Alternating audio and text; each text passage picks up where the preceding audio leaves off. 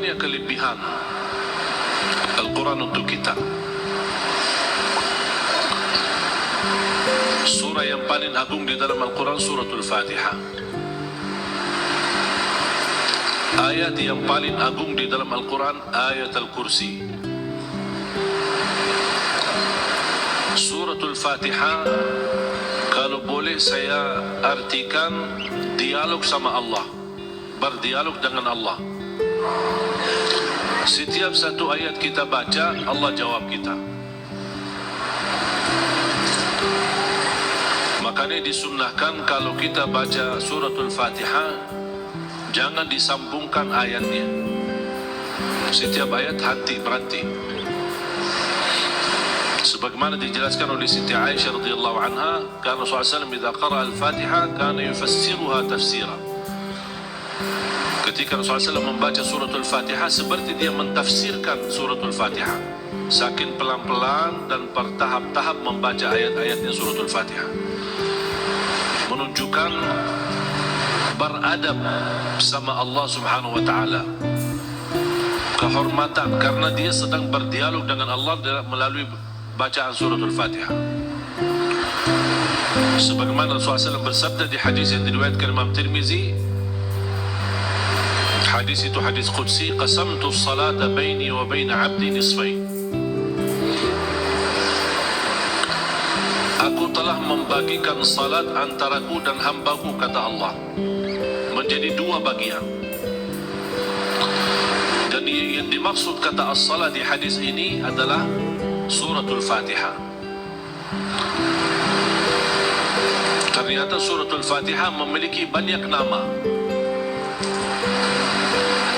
Disebutkan nama di antara lain Al-Fatihah, Ummul Kitab, Ummul Quran, As-Salah, Asy-Syafiyah, Ar-Raqiyah, Al-Waqiyah, menyembuh segala penyakit, melindungi dari segala bahaya, gangguan, godaan, bahkan bisa menjadi ruqyah. Orang yang tidak fahami ruqyah dan sulit mencari orang yang meruqyahi, lebih baik kita ruqyah diri sendiri. Sering orang bertanya, saya tidak faham ayat-ayat ruqyah, cukup dengan suratul Fatihah. Suratul Fatihah sudah mewakili semua ayat-ayat untuk meruqyah diri sendiri, menjadi rutin dibaca. Boleh jadi wirid. Setiap hari kita baca Al-Fatihah 10 kali, 20 kali, 100 kali, semampu kita. Jadi wirid, keberkahannya luar biasa.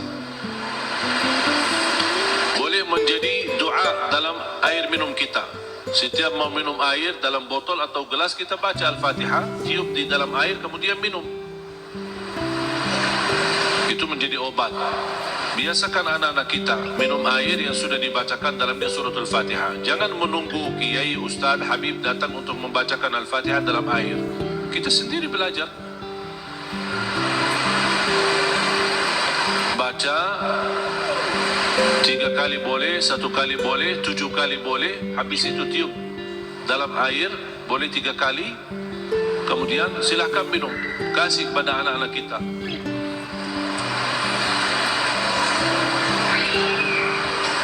Al-Fatihah sebagai obat menyembuhkan penyakit kita. Ada yang merasa gesak di hati, merasa stres kepalanya, boleh taruh tangan yang kanan di atas kepala dan baca Al-Fatihah. Di atas dada kita baca Al-Fatihah.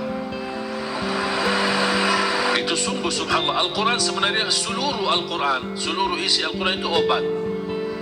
Qul huwa lilladzina amanu hudan wa shifa. Sungguh Al-Quran itu petunjuk dan obat, menyembuhkan penyakit bagi orang-orang yang beriman. Berarti Al-Quran menyembuh penyakit hanya berlaku bagi orang yang beriman. Yang tidak beriman tidak berlaku.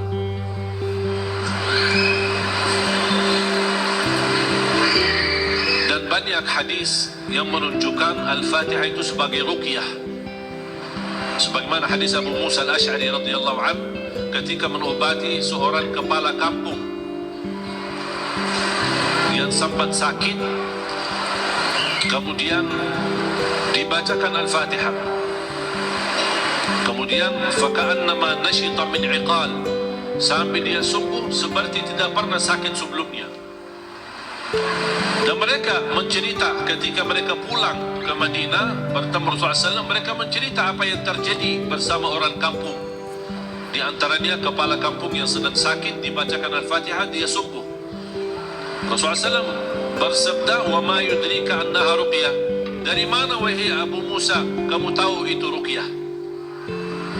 Itu menunjukkan Rasul setuju dengan perilaku Abu Musa al-Ash'ari.